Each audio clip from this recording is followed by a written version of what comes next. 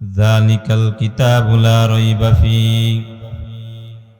এটা এমন একটি কিতাব যেই কিতাবের মধ্যে কোনো ভুল নাই, যেই কিতাবের মধ্যে কোনো সন্দেহ নাই। ইসলামের হাজারো দুশমন এই কিতাবের ভুল বাহির করতে আইয়া কালেমা পড়ে মুসলমান হয়ে গেছে। মুসলমানি বুয়দ গর্দান নেহাদান এনানে খুদ বদসতে খাজাদাদান গর্ব সুরত আদমি ইনসাবুদে আহমদে বু জাহলে হামিক সাবুদে। এমন একটি কিতাব যেই কিতাবের মধ্যে কোনো ভুল নাই। যেই বান্দাগুলো এই কিতাবের ভুল বাহির করতে আইছে ওই বান্দাগুলোই কালেমা পড়ে মুসলমান হয়ে গেছে। এর নবীর আশিক উম্মতের দল ওই কিতাবের মধ্যে মালিক জানাইয়া দিয়েছেন কুল্লু নাফসিন যায়িকাতুল মাউত, প্রত্যেকটা বান্দাকেই মৃত্যুর স্বাদ গ্রহণ করতে হবে। এর মধ্যে কোনো ভুল আছে? মতকাসিং কুল্লু নাসিং শারিবু কবর বাইতিং কুল্লু নাসিং দাখিলু, প্রত্যেকটা বাণীকে মৃত্যুর স্বাদ গ্রহণ করতে হবে। এর মধ্যে কোনো ভুল নাই, এর মধ্যে কোনো সন্দেহ নাই। এরে বান্দা, প্রত্যেকটা ধর্মের মানুষ বিশ্বাস করে মৃত্যু একদিন আমাকে স্পর্শই করবে। বেঈমানদের যদি জিজ্ঞাসা করেন মৃত্যুবরণ করতে হবে নি, বলবে হ্যাঁ। কাফেররা নামাজ পড়ে না, রোজা রাখে, নামাজ করে না, যাকাত দেয় না। তারা জানেন নামাজ, রোজা, হজ, যাকাত সবকিছুই ফরজ। এরপরেও তারা তাদের বাপ দাদার ওই যে তারা কাজগুলো করেছে তারাও সেই কাজগুলো করে। কেন? তারা যদি না করে বাপ দাদার মান সম্মান নষ্ট হয়ে যাবে। এদেরকেও যদি প্রশ্ন করেন মৃত্যুবরণ করতে হবে নি, বলবে হ্যাঁ মৃত্যুবরণ করতে হবে। মৃত্যুটা এমন একটা সত্য যার মধ্যে কোনো ভুল নাই, কোনো সন্দেহ নাই। এর নবীর আশিক উম্মতের দল হঠাৎ করে মালাকুল মাউত যখন তোমার দরজায় এসে হাজির, আজকে তোমারে সবাই সালাম বলিয়া কালাম বলিয়া ডাক দেয়। আজকে আমি হুসাইন আহমেদ রে, হুসাইন আহমেদ সিরাজি বলে অনেকজন ডাক দেয়, সিদ্দিকী বলে ডাক দেয়। যখন মালাকুল মাউত রূহটা খপ করিয়া ধরিয়া ফালাইবেন, তখন নবী হুসাইন আহমেদকে আর কেউ হুসাইন বলে ডাকবে না, কেউ সালাম বলে ডাকবে না, কেউ কালাম বলে ডাকবে না। সবাই বলবে লাশ আর লাশ, লাশ ছাড়া বান্দার কিছুই তোমারে বলবে না। মৃত্যুবরণ করতে হবে নি, কোনো সন্দেহ আছে? যদি মৃত্যুবরণ করতে হয়, আজকে মনে হইতেছে আমার স্ত্রীটা আমার, আপন সন্তান, আপন গাড়ি আমার, বাড়ি আমার, সবকিছুই আমার। মনে হয় কি হয় না? আদ-দুনিয়া দারু মান লা দারা লাহু ওয়া মালু মান লা মালা লাহু ওয়া লাহা ইয়াজমাউ মান লা আকলা লাহু।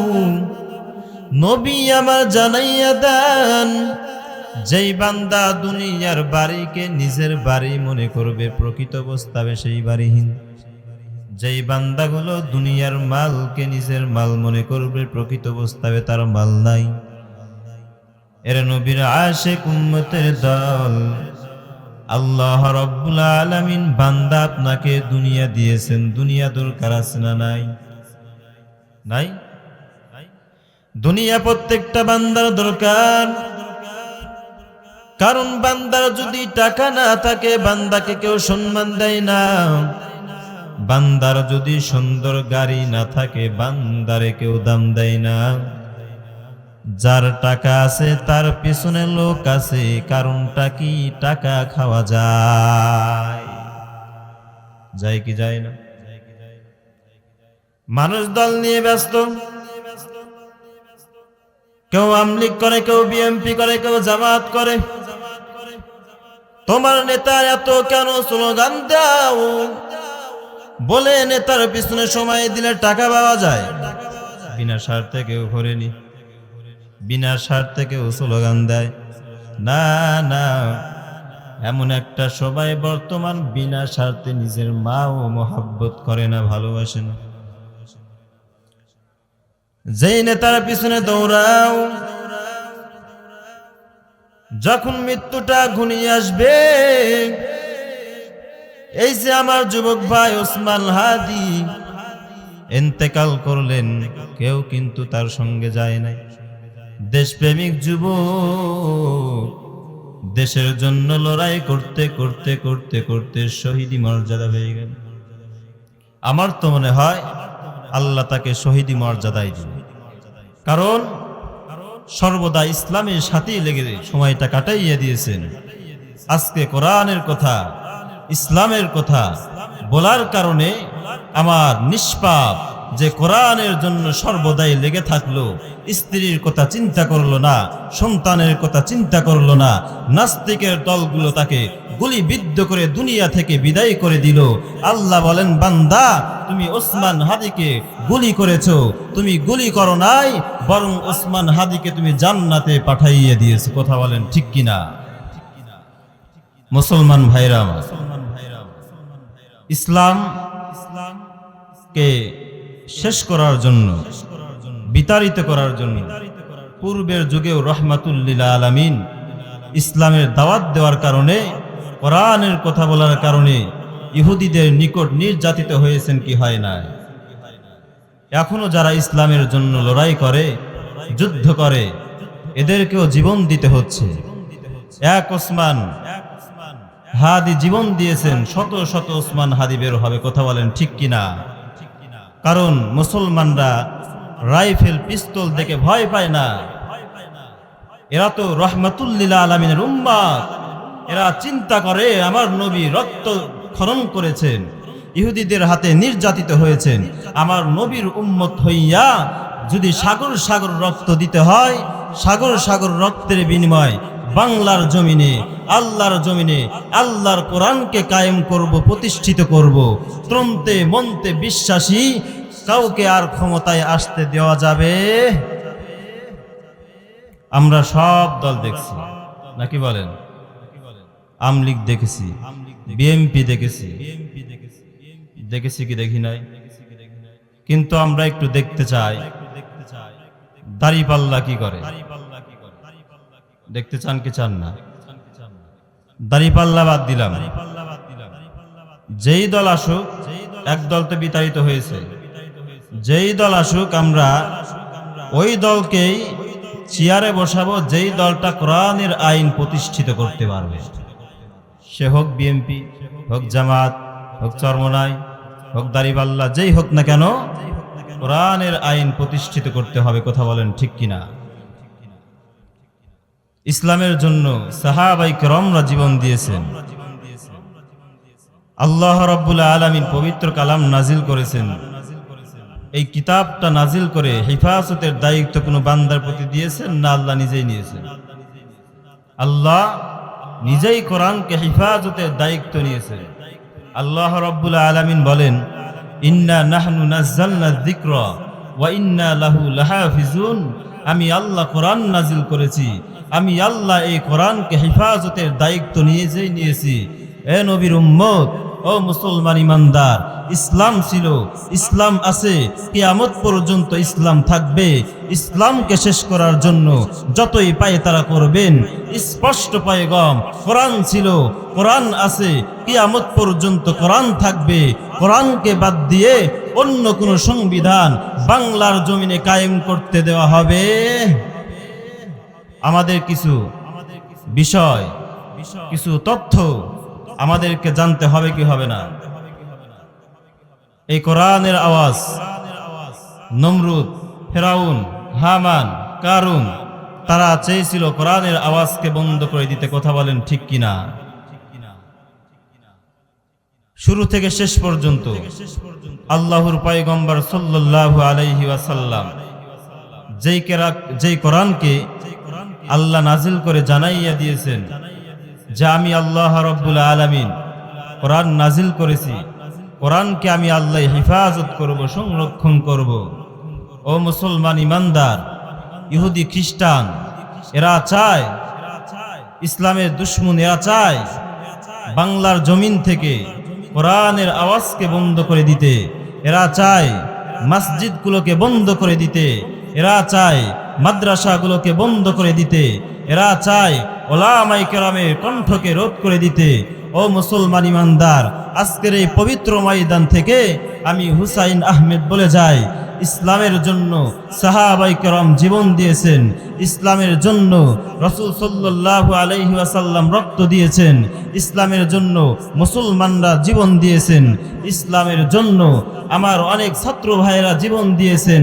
ইসলামের জন্য যদি জীবন দিতে হয়, রক্ত দিতে হয়, যুদ্ধ করতে হয়, শহীদ হতে হয়, এরপরেও বাংলার জমিনে ইসলামকে প্রতিষ্ঠিত করার জন্য তৈয়ার আছেন কারা কারা? দুটি হাত আমার আল্লাহকে দেখায়া দেন। নারায়ে তাকবীর, নারায়ে তাকবীর। আল কোরআনের আলো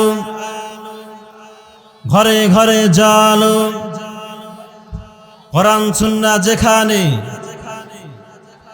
ইসলামের শত্রুরা হুঁশিয়ার, সাবধান। মাঝে মাঝে স্লোগান দেওয়ার দরকার আছে না নাই? যেহেতু দুনিয়া থেকে মৃত্যুবরণ করতেই হবে, হাজার হাজার বছর বেঁচে লাভ নাই, বিড়ালের মতন বছরকে বছর বেঁচে লাভ নাই। যদি বাঁচতে হয় সিংহের মতন 1 ঘন্টা বাঁচবো। কথা বলেন ঠিক কিনা? যেহেতু মৃত্যুবরণ করতেই হবে। আমরা সব দল দেখছি, নৌকায় আর ধানে শীষ, 2 সাপের 1 বিষ, এর সাথে মিলে মিশে ইসলামের শান্তি ভাবি।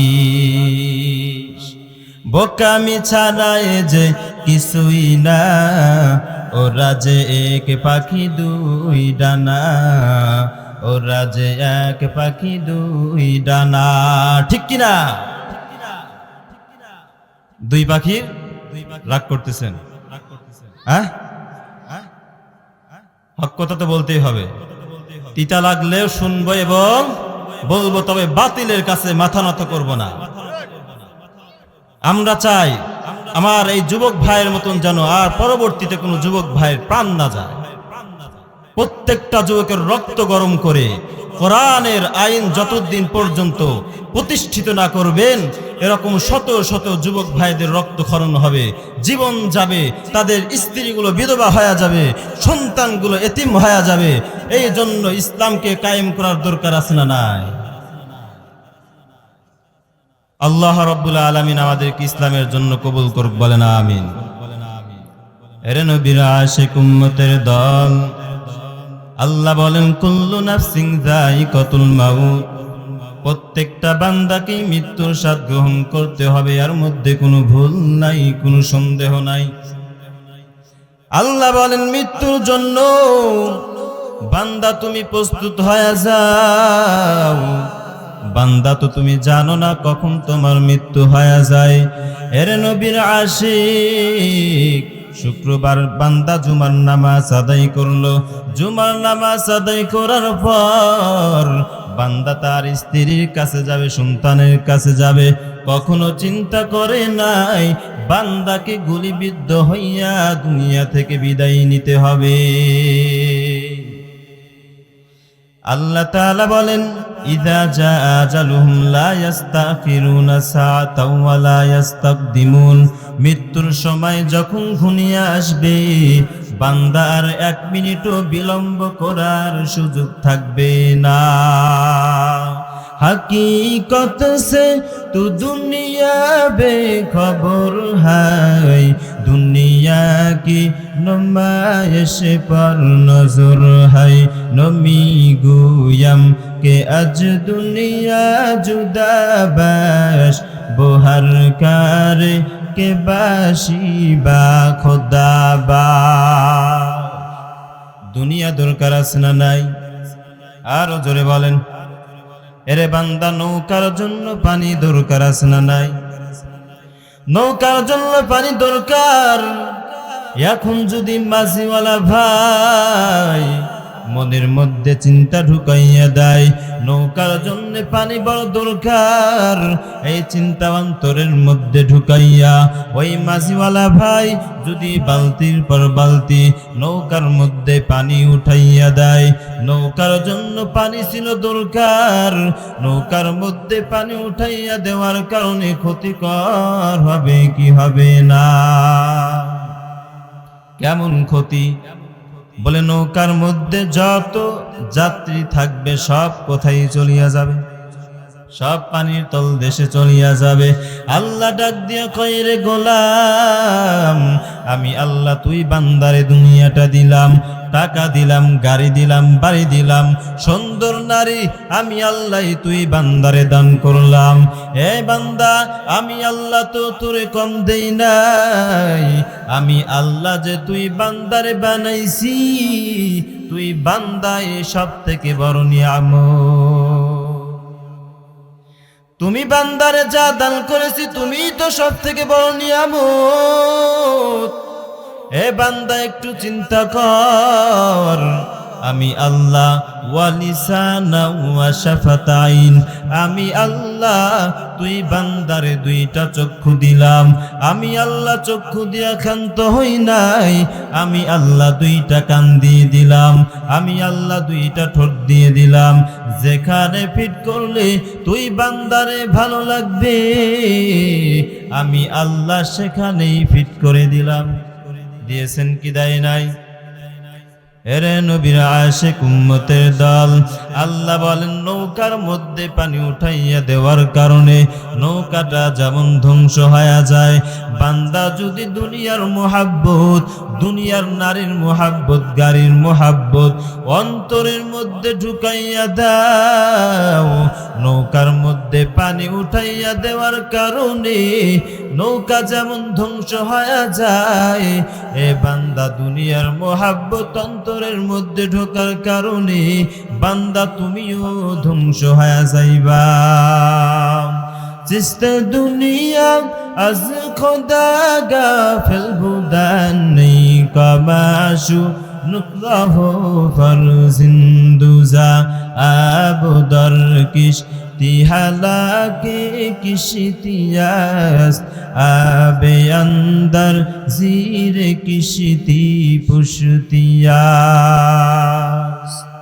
दुनियार दरकार আছে না নাই তবে দুনিয়ার মোহাব্বত অন্তরের মধ্যে ঢুকানো যাবে না অন্তরের মধ্যে ঢুকাইলে নৌকার মতন বান্দা আপনিও ধ্বংস হয়ে যাবেন মনের মধ্যে চিন্তা রাখেন আজকে দুনিয়ার টাকার পাগল হইছেন গাড়ির পাগল হইছেন টাকার পিছনে দৌড়ান যেই নারীর জন্য আজকে এত পাগল মাথার ঘাম পায়ে ফালাইয়া আপনি উপার্জন করেন নামাজ ফরজ করলেন নামাজ পড়েন না যাকাত ফরজ করলেন যাকাত আদায় করেন না হজটা ফরজ করলেন হজ করেন না অথচ যেই নবী হাসরের ময়দানে শাফাআত না করলে বান্দা আপনি জান্নাতে যেতে পারবেন না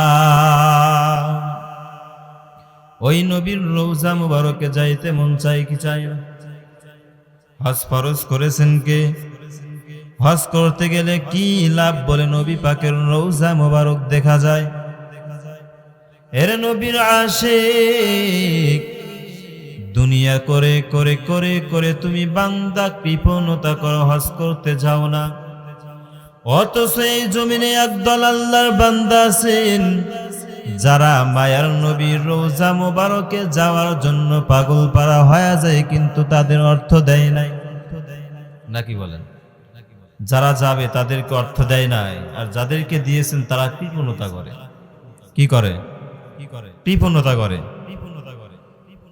অথচ কোনো বান্দা যদি মালিকের দরবারে কান্না করে আল্লাহ ওই নবীর রওজা মোবারক তুমি আমাকে না দেখাইয়া মৃত্যু দান করিও না, এই মৃত্যু দান করব না। গর্তের পিপিলিকা মালিকের দরবারে কান্না করে, আল্লাহ, যেই নবীকে উসিলা করে দুনিয়ার মধ্যে এত নিয়ামত তুমি বান্দা আল্লাহ দান করলা, আমার মনের মধ্যে বড় চিন্তা, আমার মনের মধ্যে বড় আশঙ্কা আকাঙ্ক্ষা, ওই নবী পাকের রওজা মোবারকে আমি পাখি যাইতে চাই, দেখতে চাই, পিপিলিকা দেখতে চাই। গর্তের মধ্যে পিপিলিকা এরকম ভাবের মালিকের দরবারে কান্না করে, আল্লাহ, একদিন আগে হোক আর একদিন পরে হোক, ওই নবী পাকের রওজা মোবারকে আল্লাহ তুমি আমারে পৌঁছাইয়া দাও। আল্লাহ বললাম, আমি আল্লাহর কাছে যদি কোনো বান্দা চাই, আমার কোন মাখলুকাত আমি মালিকের কাছে চাই, আমি আল্লাহ ওই বান্দাকে কখনো ফিরাইয়া দেই না। আল্লাহ তাআলা মদিনার কবুতরকে বললেন, আদেশ করলেন, ও কবুতর যাও, অমুক এলাকায় চলে যাও, গর্তের মধ্যে আমার এক প্রাণী, নগণ্য প্রাণী, ওই গর্তের মধ্যে থেকে আমি মালিকের কাছে কান্না করে আর ডেকে ডেকে বলে, আল্লাহ, যেই নবীকে সৃষ্টি না করলে তুমি আল্লাহ কিছুই সৃষ্টি করতা না, ওই নবীর রওজা মোবারকে ও আল্লাহ তুমি আমাকে পৌঁছাইয়া দাও। ও কবুতর, আর দেরি করবা না, আমার ওই ছোট্ট নগণ্য প্রাণীকে দ্রুত তোমার পায়ের সঙ্গে পেছাইয়া নবী পাকের রওজা মোবারকে পৌঁছাইয়া দাও। আল্লাহর অর্ডার পাইয়া কবুতর আর দেরি করলেন না, দ্রুত সেই গর্তের মধ্যে কবুতর উড়াল দিয়ে দিয়ে দিয়ে দিয়ে চলে আসলেন। যখন গর্তের মধ্যে আইয়া কবুতর যখন গর্তের মধ্যে প্রবেশ করলেন, কবুতর আসলেন উপকার করতে নবী পাকের রওজা মোবারকে পৌঁছাইয়া দিতে। যখন গর্তের মধ্যে পা দেয়, এবার পিপিলিকা কবুতরের পায়ে আঘাত করা শুরু করে দেয়। কি করতে আসছে? নবী পাকের রওজা মোবারকে পৌঁছাইয়া দিতে আসছেন, উপকার করতে আইসা কামড় দেয়। কি দেয়? আইসে পৌঁছাইয়া দিতে, কিন্তু আইসা কামড় দেয়। যখন কামড় দেয়, আল্লাহ বলেন, কবুতর আর দেরি করবি না, তোর পায়ের সাথে পেঁচাইয়া আমার ওই নগণ্য গোলাম প্রাণীকে নবী পাকের রওজা মোবারকে পৌঁছাইয়া দাও। কাদরে কুদরতদারি বর কামাল, আনতা রব্বি আনতা হাসবি জুল জালাল, তুহি কাদের জলিলুল্লাহ জাহাদান, বোহর হালে তুহি মেরা নিগাহদান। আল্লাহ তাআলার কুদরত আছে না নাই? আরো জোরে বলেন। সাপের মুখে বিষটা দিলেন কে? এ বান্দা চিন্তা করো, আমার আল্লাহ কেমন কুদরত, কেমন দয়া করনেওয়ালা মালিক। আপনি আমি পানির মধ্যে 1 মিনিট, 2 মিনিট, 3 মিনিট, 5 মিনিট পর আর পানির মধ্যে থাকতে পারি না, কিন্তু আল্লাহর প্রাণী মাছ ওই পানির মধ্যে ঘন্টার পর ঘন্টা সময় কাটাইয়া দেয়। এটা দুনিয়ার কোন মানুষের বাহাদুরি না, দুনিয়ার কোন মানুষের ক্ষমতা না।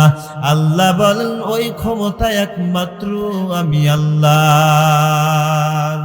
ইয়া ইলাহি তু মেরা মাবুদ হাই, ইয়া ইলাহি তু মেরা মাশুক হাই। আল্লাহ আল্লাহ ইচে শিরিন নাম শির শাকর মিকুনান জানাম তামাম। আল্লাহর মতন কুদরত আর কেউ আসেনি, আল্লাহর মতন কুদরত আর কেউ নাই। এবার কবুতরটা পায়ের সাথে পেঁচাইয়া নবী পাকের রওজা মোবারকে পৌঁছাইয়া দেয়। পিপিলিকা মালিকের কাছে আবার কান্না করে বলেন, আল্লাহ, ইয়া তো দয়ার মালিক আপনি আল্লাহ, আমি চাইতে দেরি করলাম, চাওয়ার সঙ্গে সঙ্গে আপনি আল্লাহ মনের আশা পূরণ করে দিলেন।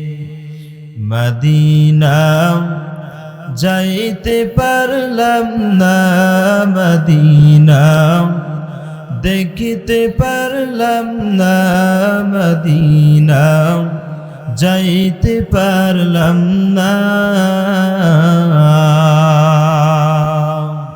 মদিনায় যেতে চান কি চান না? মদিনা নাম কত সুন্দর,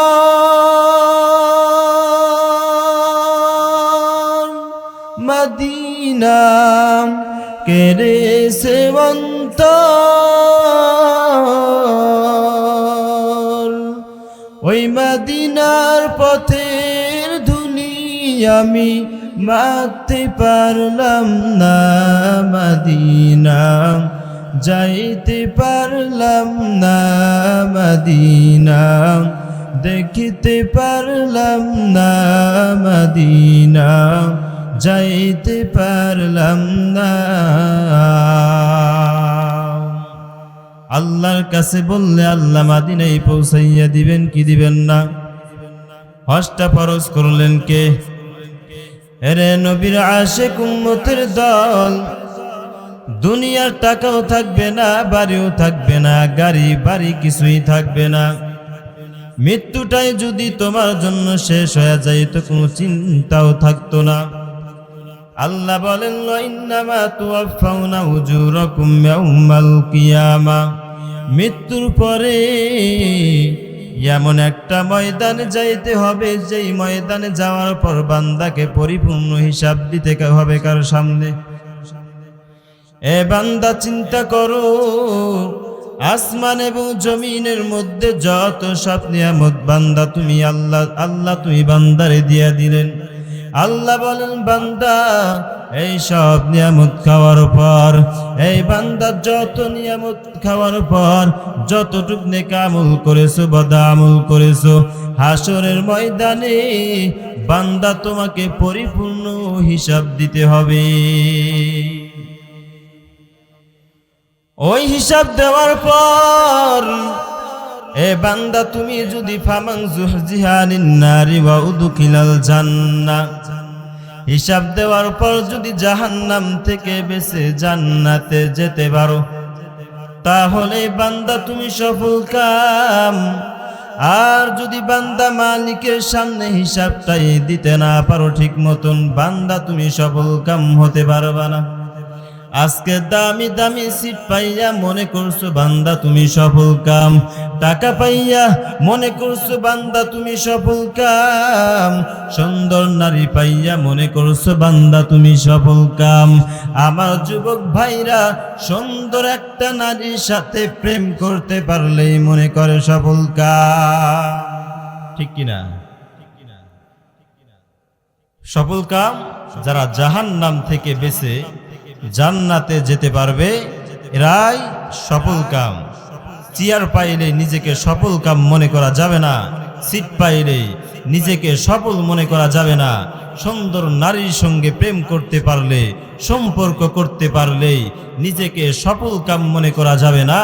সুন্দর ক্ষমতার চেয়ার পাইয়া নিজেকে সফল কাম মনে করা যাবে না।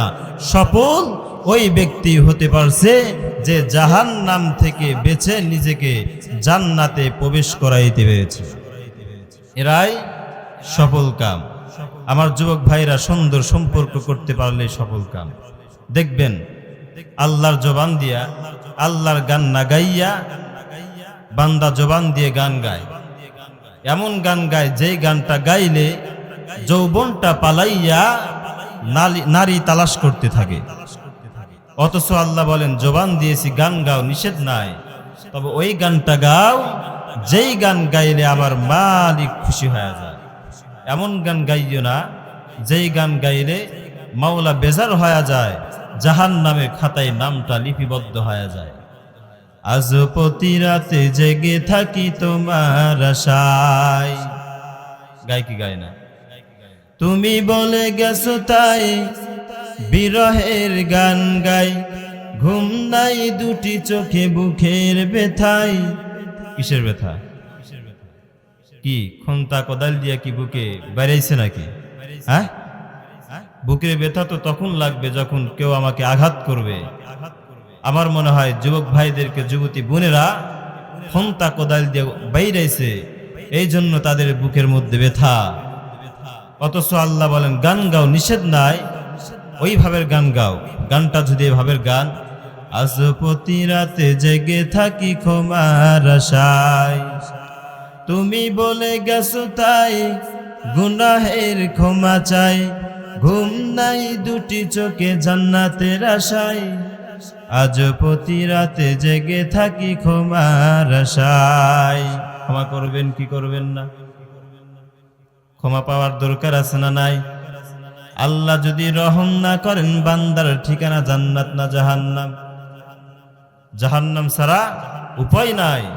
বান্দার আমল দ্বারা বান্দা কখনো জান্নাতে যেতে পারবে না, আল্লাহ যদি দয়া করে মায়া করে জান্নাতে না দেন। এজন্য আবার অনেক বান্দা আছে, তাহলে নামাজ পড়ার কি দরকার? আল্লাহ তো দয়া করে দিবেন, নামাজ পড়ার কি দরকার? অনেক বান্দা আছে নামাজ না পড়ে, আবার যারা পড়ে বলে আমরা তো নামাজ পড়ি, তবে আমরা রুকু সেজদাগুলো করি না, আমরা অন্তরের নামাজ পড়ি। কিসের নামাজ? অন্তরের নামাজ। অন্তরের নামাজ আসেনি? যারা নামাজ পড়ে এদেরকে বাঁকা নজরে দেখে, আর যারা নামাজ পড়ে না এরা বলে আমরা অন্তরের নামাজ পড়ি। আমিও তো বলতে চাই, নামাজটা যদি অন্তরের নামাজ হয়, খানাটাও তো অন্তরের খানা খাওয়া যায় নাকি বলেন? যারা বলবে অন্তরের নামাজ পড়ে, এদেরকে গাছের সঙ্গে বাইদা কঠিন ভাবে বাঁধবেন, আর বলবেন তোমার জন্য খানা নাই, তুমি অন্তরের খানা খাও, দেখি সে কেমনে বাঁচে। যারা বলে অন্তরের খাবার, অন্তরের নামাজ, এরা বাটপা ছাড়া আর কিছুই হতে পারে না। তাহলে আমাদের দুনিয়া থেকে একদিন বিদায় নিতে হবে নাকি বলেন? দুনিয়াতে মালিকরে সন্তুষ্ট করার দরকার আছে না নাই? তবে মালিককে সন্তুষ্ট করার জন্য আমাদেরকে সেই মালিকের রাস্তায় চলতে হবে কি হবে না? আল্লাহ রাব্বুল আলামিন প্রশ্ন করবেন, দুনিয়াতে ইসলামের জন্য কি করেছো? কোরআনের জন্য কি করেছো? হাদিসের জন্য কি করেছো? ইসলামের জন্য যারা জীবন দিয়েছেন, ইসলামকে যারা প্রতিষ্ঠিত করার জন্য জীবন দিয়েছেন, এ বান্দা তুমি কতটুকু লড়াই করেছো, যুদ্ধ করেছো? এরকম ভাবে আল্লাহ হাসরের ময়দানে প্রশ্ন করবেন কি করবেন না? এজন্য আমাদের এমন ভাবে দুনিয়াতে প্রত্যাবর্তন করতে হবে, চলতে হবে। আমাদের হুঙ্কারে যেন বেঈমান, নাস্তিক, মুরতাদ যেন বাংলার জমিন থেকে পালিয়ে ইন্ডিয়ায় যেতে বাধ্য হয়। নাস্তিকরা তো নাকের ডগায় বৈশা, এরা চায় প্রত্যেকটা মুসলমানের ইমানকে নষ্ট করে দিতে। এরা যারা টুপিওয়ালা এদেরকে দেখতে চায় না, যারা কোরআনওয়ালা এদেরকে দেখতে চায় না, যারা কোরআন প্রেমিক, হাদিস প্রেমিক এদেরকে দেখতে চায় না। কিন্তু আল্লাহ বলেন, আল্লাহর জমিনে কোরআনকে প্রতিষ্ঠিত একদিন আমি আল্লাহ করবই। যতই আহাজারি করো না কেন, যতই বিরোধিতা করো না কেন, বাংলার জমিন থেকে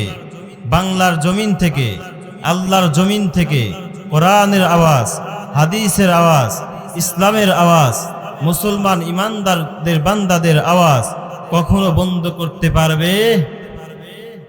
পারা যাবে না। এজন্য আমি শিয়ালখোরের মুসলমানদেরকে বলতে চাই,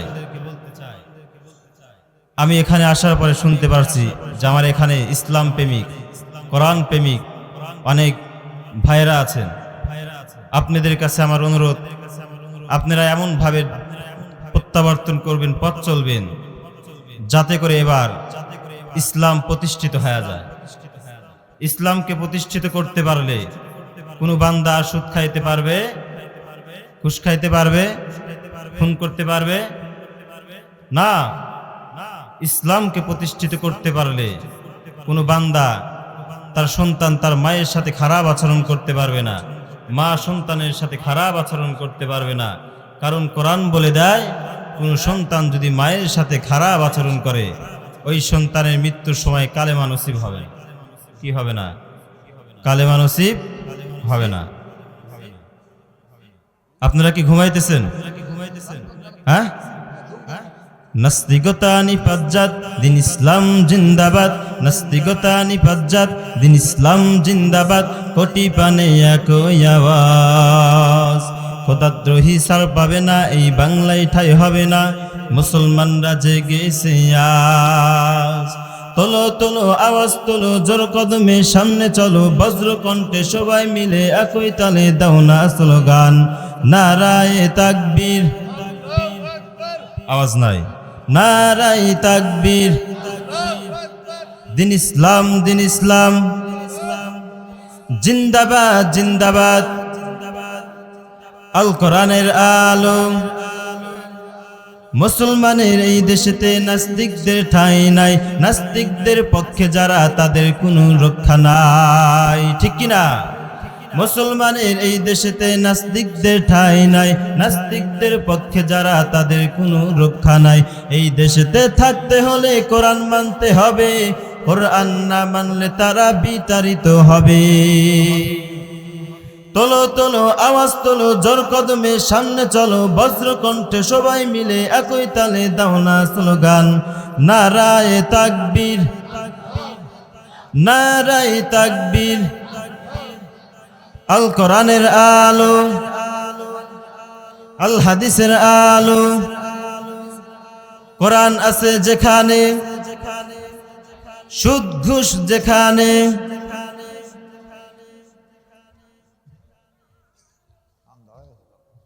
সুদ ঘুষ যেখানে আমরা নাই, কোরআন হাদিস যেখানে আমরা আছি। ও মুসলমান ইমানদার, এই পবিত্র ময়দান থেকে আমি হুসাইন আহমেদ সিদ্দিকী বলতে চাই, বাংলার এই জমিনে নাস্তিক থাকবে না বাংলার জমিন থেকে বিতাড়িত করতে হবে। নাস্তিকরা, মুসলমান যদি এরকম ভাবে আল্লাহু আকবার স্লোগান দেয়, নাস্তিকরা পালাইতে বাধ্য হবে। কথা বলেন ঠিক কিনা? বলেছিল আমরা পালানোর লোক নয়। কি বলেছিল? আমরা পালাই না বলেছে, কি বলে নাই? কিন্তু পালাইতে বাধ্য হয়েছে কি হয় নাই? এমন ভাবে পালাইছে, আমি জেলখানায় ছিলাম আপনাদের সিরাজগঞ্জে যেদিন পালায়। অনেক ডায়লগ দিয়েছে, আমরা পালানোর লোক নয়, কিন্তু পালাইতে বাধ্য হয়েছেন রাতের বেলায়, প্রকাশ্য নয়। কোথায় আওয়ামী লীগ বলবো, কোথায় কাদের কাকা, কোথায় গেল ওই জালেমের গরম গরম কথা। খেলা হবে খেলা হবে খেলা হবে খেলা হবে খেলা হবে বলে কাকাই গেল পালায়া। ঠিক কিনা? হাসিনা পালাইছে এ দেশটা ছাড়িয়া, সকলের মুখে হাসি আসলো ফিরিয়া। পালাইছে কি পালাই নাই? সালাম তোমায় সাঈদ, আরো যারা শহীদ, ছাত্র সমাজ ভুলবে না তো হইছে যারা শহীদ। ঠিক কিনা? পরকালে পরকালে পরকালে রেখো আল্লাহ নাজনিয়া মদিয়া, তাদেরকে জান্নাত দিবেন কি দিবেন না? যারা ইসলামের জন্য জীবন দিয়েছেন, শহীদ হয়েছেন, নতুন করে যারা স্বাধীন করেছেন, আল্লাহ তাদেরকে অবশ্যই জান্নাত দিবেন। যতই বাহাদুরি করো না কেন, ক্ষমতার মালিককে আল্লাহ বলেন কুল্লু নাফসিন যায়িকাতুল মাউত। বান্দা যদি এই চিন্তাটা অন্তরের মধ্যে ঢুকাইয়া ঢুকাইয়া দুনিয়াতে প্রত্যাবর্তন করো, বান্দা কখনো বাহাদুরি করতে পারবা না। আর যদি বাহাদুরি করো, যেই সিটটা পাইয়া বাহাদুরি করবা, পাছার নিচে সেই সিট থাকবে না। কুলিল্লাহুম্মা মালিকাল মুলকি তুতিল মুলকা মান তাশা ওয়া তুইজ্জু মান তাশা ওয়া তুযিল্লু মান তাশা বিয়াদিকাল খায়র ইন্নাকা আলা কুল্লি শাইইন কাদির। আল্লাহ বলেন আমি আল্লাহ ক্ষমতা দেই। কে দেয়? ক্ষমতা থেকে নামাই কে? তবে সবাইকে ক্ষমতায় নামাই না। আমি জেলখানায় থেকে একদিন আগে বয়ান করেছিলাম, প্রত্যেকটা দিন এশার নামাজের আগে বয়ান করতাম জেলখানার মধ্যে। আমি কুলিল্লাহুম্মা মালিকাল মুলকি এই আয়াত নিয়ে তরজমা করলাম, তার কিছু ব্যাখ্যা করলাম। পরের দিন দেখি যুবক ভাইরা আমাকে এসে জোরে ধরে আর কান্না করে চোখের পানি ফালাইয়া দেয়।